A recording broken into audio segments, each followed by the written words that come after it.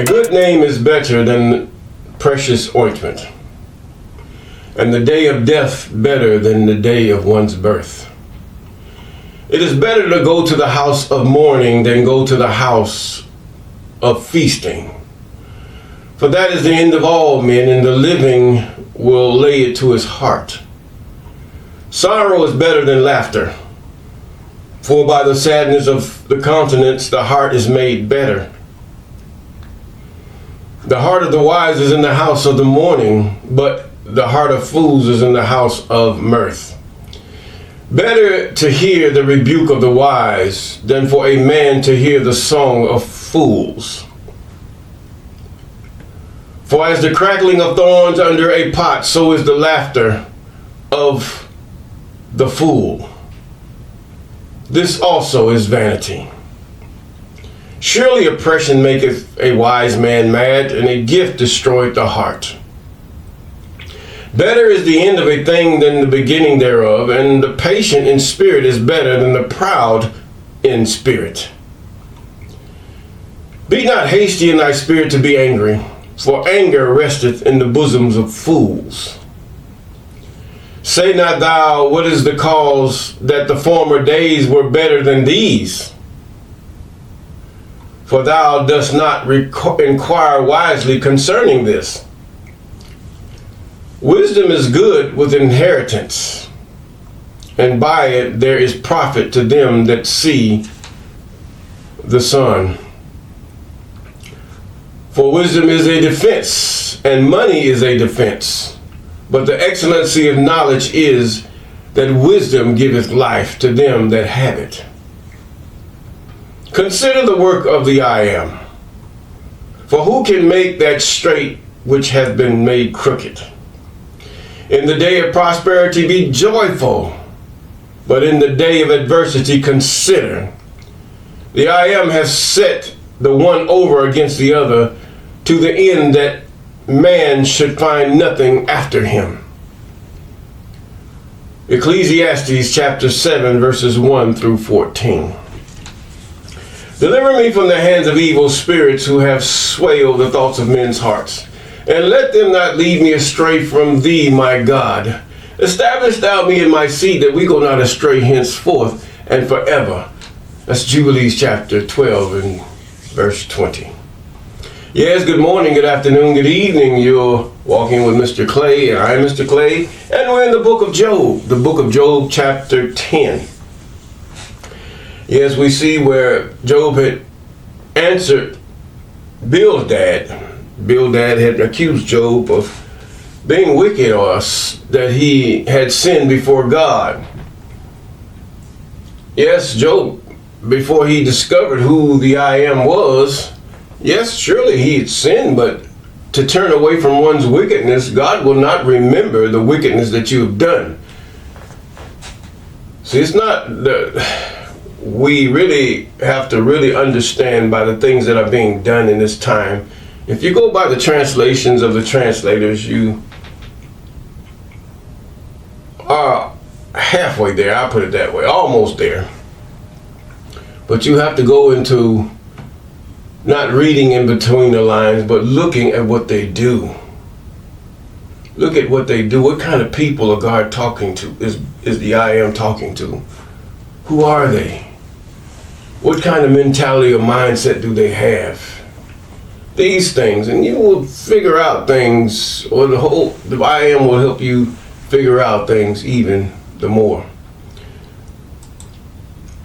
In Job chapter 10, Job is talking to God at this time. Yes, he's talking to God. His heart is contemplating to God. And he reads, my soul is weary of my life. He's in the house of mourning, for sure. I will leave my complaint upon myself. I will speak in the bitterness of my soul. Have you ever been in so much pain or so much anguish or some type of sickness or condition that's taken upon you that you just says, go on, take me. It's better that I be gone than have to suffer this. I'm sure many of us have been that way at one time. Whether it was just something on the inside that was just in a pain, or a situation that we were in, just wanted to go. And why has this come upon me? I haven't done nothing wrong. But then that's when we search our soul to find out if we have done something wrong. Now, in this case, Job did not do anything wrong. Job did not do anything wrong. Job followed the Most High in complete fear and respect and admiration for the one that exists. In verse 2 he says, I will say unto God, do not condemn me. Show me wherefore thou contendest with me. Show me why am I suffering? Why do you allow these things to come upon me, my God? Show me why. I'm not angry at you, because all power is in your hand. I am just but flesh. But show me wherefore why is this being coming upon me? Verse 3, is it good unto thee that thou shouldest oppress, that thou shouldest despise the work of thy hands, and shine upon the counsel of the wicked? He knew that the people around him was wicked and they were healed. They were not sick. They were running around, jumping, laughing, making merry. Yes, but yet here he is scraping his skin with a pot shard, flesh rotting off his body. Sorrows and wondering why. What have I done? What have I done? What have I done that they should steal and take from me and ravish and kill my children? What have I done? What have I done that now that even my wife tells me to give it all up? Now I'm ready, he's saying. But the thing is, his wife comes and says, she says, curse thee I am and die. You sound like a foolish woman. You don't sound like my wife. And you can imagine the Satans talking through Bildad and Eliphaz. And the things that they say, they don't sound like his friends. It's amazing how that they understand the ways of righteousness and the ways of the Most High. It's amazing how that they can bring forth these eloquent speeches to Job and accuse him of being less than nothing before the I am, although Job know better. So it goes on to say, I am the work of thy hand. You despise the work of your hands. He says that thou shouldest despise the work. Well, why am I hated? This is why I'm being like this. And shine upon the counsel of the wicked. Isn't this why the children of Jacob look upon the heathen and say, why are they rich? Why they can pray and they get all kind of things, or they could do wickedly and they prosper? Have you ever read the scripture? God will tell you why they prosper, should I say. He will tell you. It's my intention that you might read and investigate things. Why are the children of Noah, the Shemite, the Japhite, and the Hamite suffer, and the other races of people prosper? Now, I'm sure at one time there was a time that the Chinese, they were going through pure torment. Lo, it hasn't been too long ago. I mean, hung out on drugs because just like they would do in the neighborhoods, set them in the middle of the alley and say, come get your drugs. The same people that have the corporations, as it is put on a program I've studied on this platform, that the main ones that even have corporations these days have bombarded China with opium. This is a true story. And how that they had a leader just like the one of the leaders in Africa. They had leaders everywhere, just devastating the people, millions dying. But yet here, out of the ashes of everything, China rises. This is something. Not only China, but Russia too. Just the successful people. Now you see Burkina Faso. You see the Sahel. How did they try to subdue them? Oh, you will not rise. They tried to keep Russia down. They tried to keep China down. But now they cannot. But now they serve them. The servants. Those who serve them now are being served by those they served, if you get what I'm saying. Now look at Burkina Faso.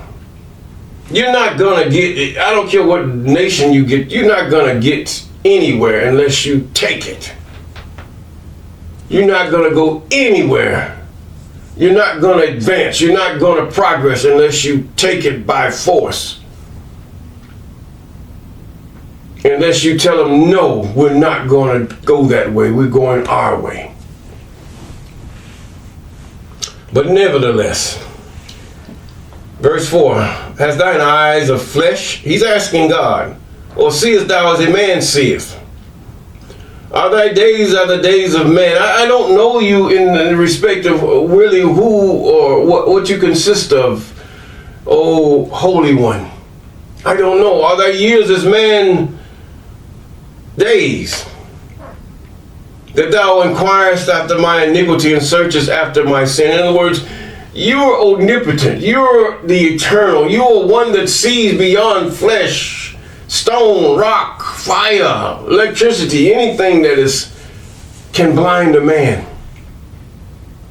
Men only see the fault of other men because they are swayed by those spirits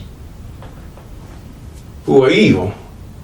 And then, therefore, you are accused before the Most High. Even it is so when you read the book of Job, how that he was accused.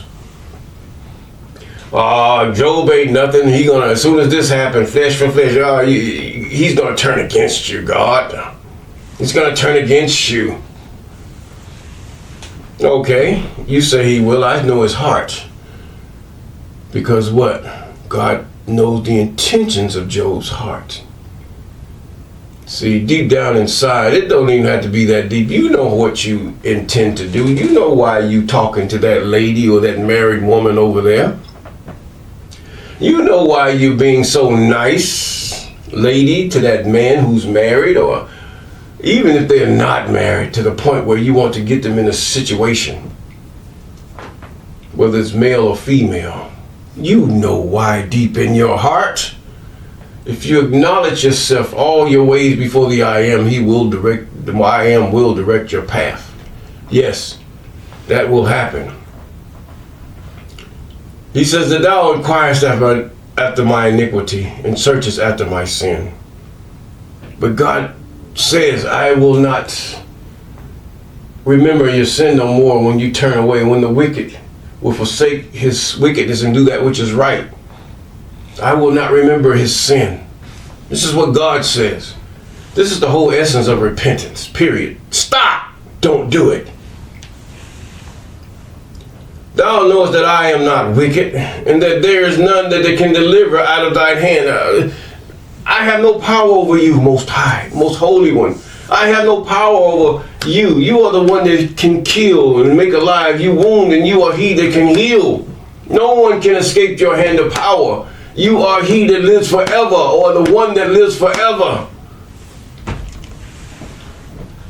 There is no beginning nor end to your existence.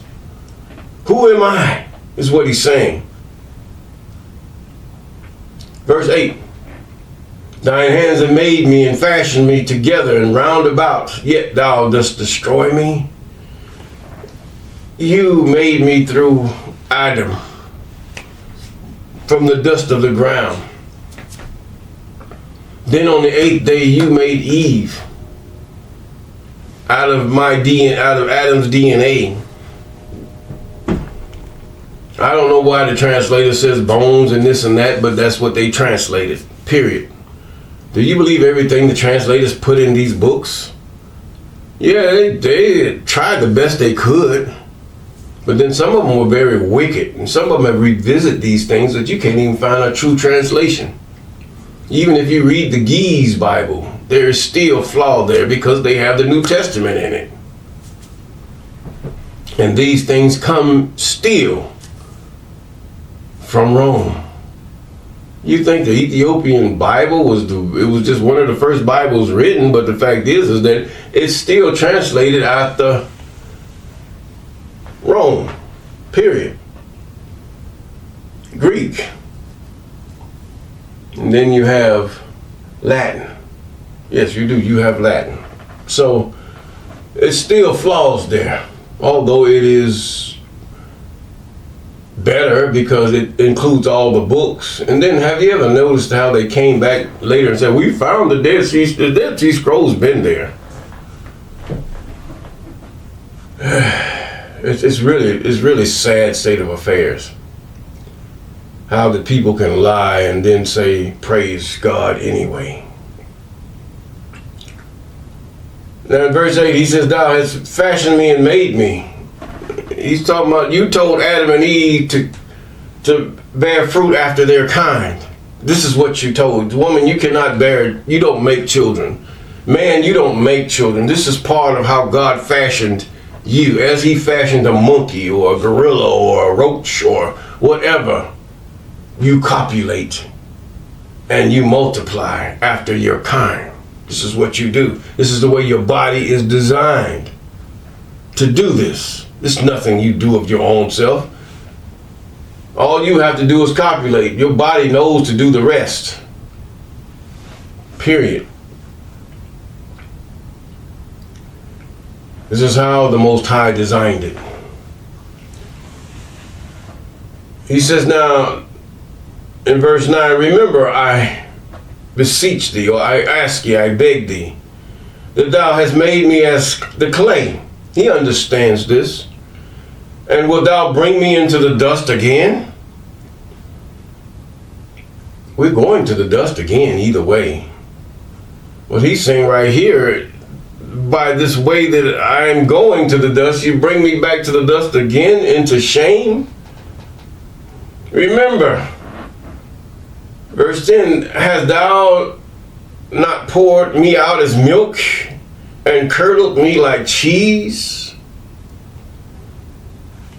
He said, look, I'm wasting away. Now you have to say cheese. They were used to goat's milk. I don't know what kind of cow's milk or what they had, but this is Old English. This is what they knew. They said it in a way that those who speak English could understand it unless you speak another language. Even in the Charlton Heston movie, they talk about, he says, I'm poured out like water. Now, it says, now, thou hast clothed me with skin and flesh, and hast fenced me with bones and sinews. Yes, thou hast granted me life and favor, and thy visitation hath preserved my spirit. And these things hast thou hid in thine heart. I know that this is with thee. If I sin, then thou markest me, and wilt thou not acquit me from my iniquity. But if I be wicked, woe unto me. If I be wicked, my heart, he's talking about. Now he's saying, if he sin, he will mark him, and will not acquit him from his iniquity. In other words, until he turns from those things, he will not be forgiven. I don't care how much you say, forgive me, God, forgive me, God, forgive me, God. God is not man. God is not foolish man. God sees your heart. And your attention will be tried the next day, and that you will be tried with the same thing that caused you to fall the first time.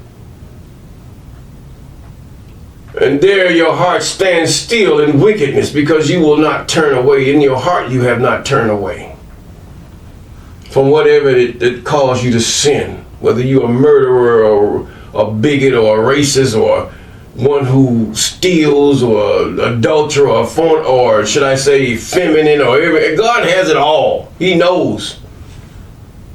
Yes. He says, now, if I be wicked, woe unto me. No, is my heart not right? Really, wickedness is of the heart. It's always of the heart.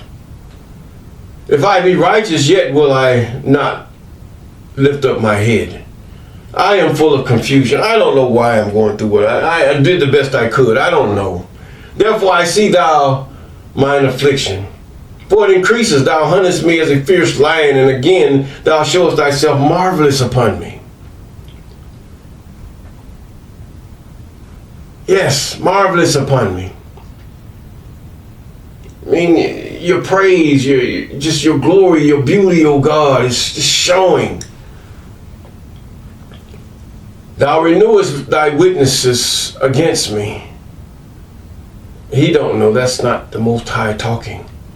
And increases thine indignation upon me. And changes in war are against me. He's talking about how they came and confiscated his crops. Wherefore then hast thou brought me forth out of the womb? Oh, that I had been given up the ghost, and no eye had seen me. Just let me die. Nobody see me die. No, let me go. I should have been as though I had not been. I should have been carried from the womb to the grave. In other words, an untimely birth.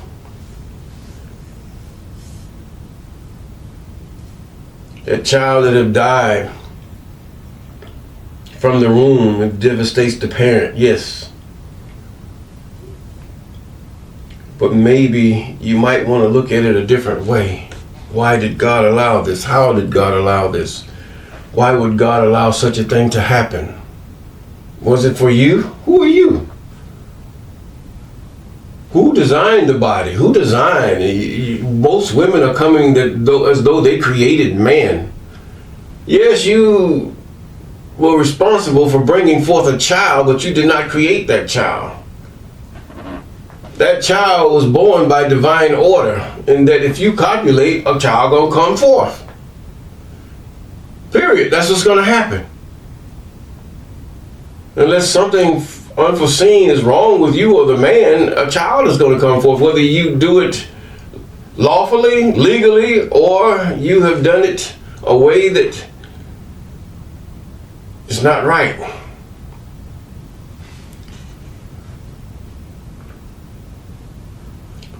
He says here in verse 18, wherefore then thou hast brought me forth out of the womb. Verse 20, let's go on down to verse 20. He says, for are not my days few? You know, I know I'm going to die. It's not going to be long before I'm dead, but why am I going through this? Cease then and let me alone, that I may take comfort a little. And these people coming badgering me with trying to give up the ghost, and I know who you are. I know how wonderful you are, oh God. This is the true mark of a person that really loves God. They don't accuse God foolishly. Only heathen do this stuff. People whose reprobate minds are in the gutter, not really taking inventory of their own lives and their intentions of their heart. You know yourself better than anyone. Before I go hence, whence shall I not return, even to the land of darkness and the shadow of death? And the land of darkness as darkness itself, and the shadow of death without any order, where there is light as darkness. Now this is what he understood. Now the book of Enoch tells you what's going to happen. There's a gulf really between them. There's a place where the righteous, those who have turned from their wicked ways and their renewed hearts, have gone before the I am. And then there's those who are wicked in heart, those you thought that were so righteous and were nicety, as they put it. Yes, lending money for usury and charging more than what they should charge, but yet they're prominent members of your church or your mosque. Treat those of a different color as though they're dogs, although they're human. Oh, but they're prominent members of your church and they read the Bible every day and they do their salat all the time, but yet they hate those who do not look like them and those who are less than they are. Evil in their hearts they are. But yet they're nice people. They might throw you a crumb of bread here and there to make themselves look good in front of their constituents. Yes, they will do this. But evil. But either way, the commandments. Job obeyed the law as he knew it in his time. Job obeyed the law. He done it to the praise of the Most High. When the Most High can look down on a man, and did he say this of Jesus? Did it say that in the New Testament that he was an upright man? Was it going before God? And then even the Satan that came and tempted this so-called Messiah, you say, God is not tempted by evil. And you said, those of you who say he's God, according to this John 1:1, as you say, the whole testimony is a lie. Period. Even with Mary, a Levite girl, when she turned around and marry, her first choice would be that of a Levite man. Yes. Even as Elizabeth, her cousin, married a Levite. Now see, this is where the flaw is. So that you might bring forth, saying, out of the womb, a womb of Levi into the house of David. Yeah, it is messed up. A daughter of Levi will not marry any other tribe in Israel. Because she was a virgin, she would have married a Levite. Because this is their charge. But if we do those things that are right and lawful, it's commandments, statutes, ordinances, and laws, we will live and die in peace.